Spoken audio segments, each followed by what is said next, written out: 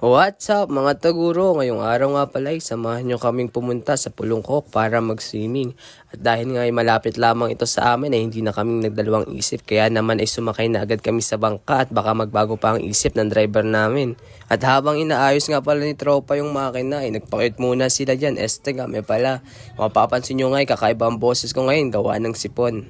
At nung umandar na nga yung bangka ay pinapunta ako ng pinsan ko sa unahan kasi nga daw maganda yung view. Pipicturean niya daw ako pero video ang ginawa.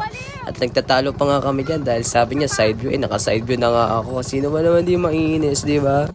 At dahil maganda nga daw ang view sa unahan kaya siya naman daw ang video ko, sabi ng pinsan ko. At wala pa nga kami sa kalahatian dyan mapapansin nyo naman talaga na lumakas yung dagat dyan. At dahil maliit nga yung bangka namin kaya para sa amin malakas na yan.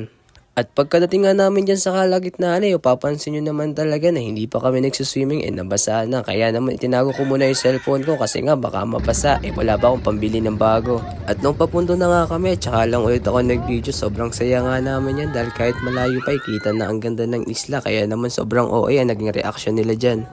At pagbaba nga namin ng bangka agad kaming sinalubong ng malinaw na tubig at magandang view ng isla. Kaya naman guys, kung gusto nyong mapuntahan at matry din na pumunta dito sa Pulungkok kaya message nyo lang ako para mapag-usapan natin kung paano kayo makakapunta. Sinadya talaga namin na hapon pumunta para makita namin ang ganda ng sunset at ganong oras din masarap mag-swimming dito sa isla. Kaya lang kung kailan tapos na kami mag-pictorial at mga basa na kami tsaka lang nagpakita yung araw kaya naman hindi na kami masyadong nakapag-picture kaya naman nag-swimming na lang kami.